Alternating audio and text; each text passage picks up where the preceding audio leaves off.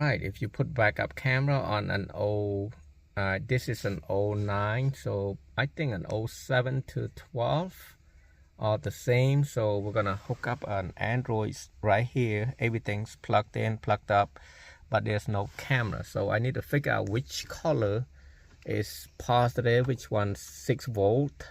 So according to this, black one is 6 volt. This is ground.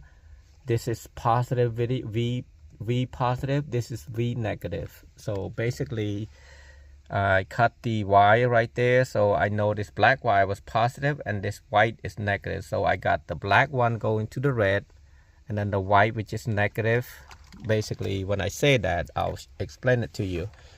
As you can see the video right there, this is male positive, this is female negative. Basically, this is a negative instead of say female. So I'm gonna plug that wire up.